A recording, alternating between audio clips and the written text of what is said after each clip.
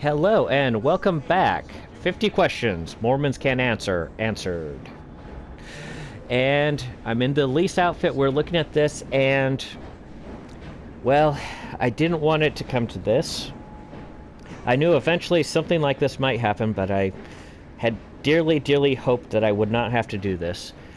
I am actually, because of circumstances, I'm forced to answer 4 of these questions at once. I'd prefer not to do that and take each one as they come.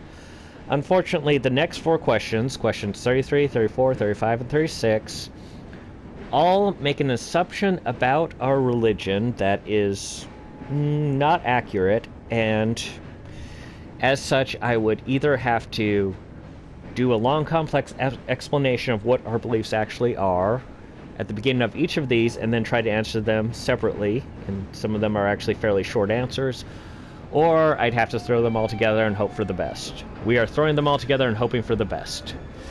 So, wish us luck as we go forward. Right, so we're doing this shot, we're doing this one. So each of these questions makes an assumption. It's an assumption that was made, it's based loosely on a couple of different things. It was first made in a movie called The God Makers, which was pretty inaccurate to our actual beliefs. We'll just say that. And it's loosely based on some real things. It's essentially, it's this idea that Mormons believe we can become gods in the next life, like literally gods in the same way God the Father is. So the basis of this belief is based on a handful of different things. First of which is the use of the term gods in several of the writings of the early church, specifically in Brigham Young's writing. As I've stated before, to explain that, there are 4, possibly 5 different definitions of the word God in the Bible alone. It refers to members of the Godhead. It refers to angels. It refers to prophets, although that was an archaic usage by the time of Christ, so that's really old terminology. And it has been used to refer to the devil. Specifically, Paul referred to the devil as the god of this world. The possible 5th definition of it is that it can be used to refer to false gods. Like I said, that's a debatable one because, yeah, because I'm sure you can see why that one would be debatable. But yes, in early church writings, the term gods was used. In some of the scriptures, the term gods is used, and it's most of the time it refers to angels when it refers to multiple gods. So that was one of the suppositions about it. The second one would come from a prophet of ours named Lorenzo Snow. I believe it was Lorenzo Snow who actually made this statement, and it was, as man is, God once was. As God is, man may become.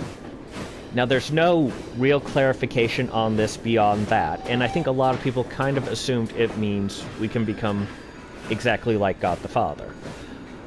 I have no idea exactly precisely what it means, but I will remind people that Adam became like God when he became able to tell the difference between good and evil.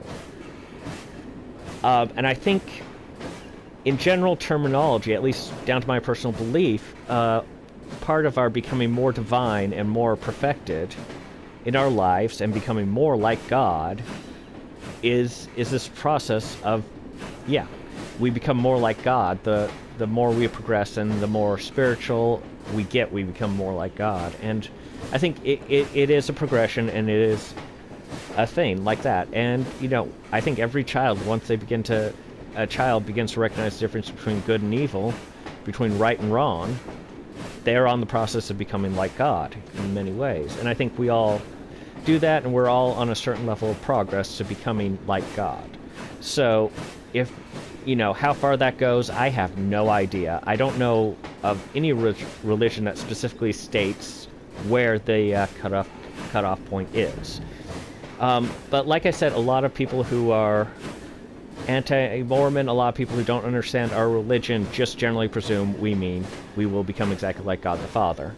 And we'll be able to create our own planets and stuff like that, which I just have to say this, just because I don't think it gets acknowledged enough. It would be so awesome to create my own planet. I mean, let's be realistic here. I mean, you know, I love playing in a video game in Victorian London, and I think people who design and build the games, you know, essentially do that. They create their own little worlds there. And so to be able to do it on a worldwide scale and create our own little worlds that we can, you know, maybe live on or, you know, rent out to people, sounds really good to me, actually. It's a really cool concept. I don't know. It's not officially, it's not an official belief of the church. It's not really just a justifiable for other people to believe we believe that, sadly. But it is a really cool concept. I just have to leave it at that. I think we can all acknowledge that it's a cool concept. Anyway, so these next few questions basically assume that we believe we will become assume that Mormons believe that they will become exactly like God the Father in the afterlife. So I'm going to actually go through these 4 questions fairly quickly. They're pretty simple answers once you realize that they're based on a false belief in our church. So, question number 33. How can worthy Mormon males become gods in the afterlife when God already said that before him no god was formed, nor will there be any gods formed after him? Isaiah 43:10. Read Isaiah 43:10. In the context, he is clearly talking about any false gods that were worshipped by the people. So, like I said, there is that, and it's also, as said before, it's based on kind of a false belief about us. 34. If God was just a man who progressed to becoming a god, how do you explain Psalm 92? Even from everlasting to everlasting, thou art God. Well, you know, we don't. Yeah, we're not entirely sure about God's origins. He was probably everlasting to everlasting, as it says in Psalm, and you know, that's pretty much all we need to know about him, truthfully. You know, I'm just going to answer it like that. It's, you know, I don't know if God was once a man and progressed to a god. I know that belief's applied to us, and not much justification for it, so we'll just leave it like it is. God is everlasting. We can all agree on that. Number 36. How can God be an exalted man when Numbers 23:19 says that God is not a man? Oh, honestly, read Numbers 23:19. This one is almost hilariously bad interpretation of 23:19. In the context given, God is basically saying, I'm not a man who will lie to you. I'm not like a man who will lie or deceive you or anything else like this. If I make a promise, I will keep it, for I am God. That's what he's saying in there. He's basically saying that when God makes a promise, he keeps the promise. You know, he will never break it, because he's not a man who would break his word. Or, you know, he's not like a man who lies or steals or breaks his word. So, yeah, kind of funny. So, yep, that's all 4 of them. Yay! For some reason I was thinking there was another question after that, but nope, we got all 4 of them. Is it you know, that's the thing. That's the thing about misconceptions. If somebody has a misconception about, you know, an area of a belief that isn't fully explained to us, then, you know, it's hard to correct. And there is a lot of stuff that, you know, just we believe in constant revelation from God, and we believe that God tells us what we need to know now for our salvation. So while there might be, you know, things that are alluded to or hinted at, we don't fully know what they are. And I think that was what happened with Lorenzo Snow's statement. He was a prophet, he was in communication with God, and he knew what he was talking about, although we really do not. You know, much the same can be said about, you know, Book of Revelations, or the Book of Isaiah, or Ezekiel, or Daniel, or, you know, just a lot of the, you know, prophecies and visions that prophets wrote down. We don't fully know the context of the reason or why they said what they said.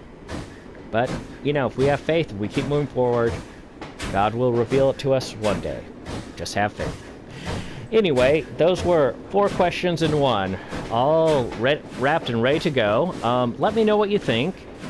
Like and subscribe if you liked it, and I will see you in the next video. Bye.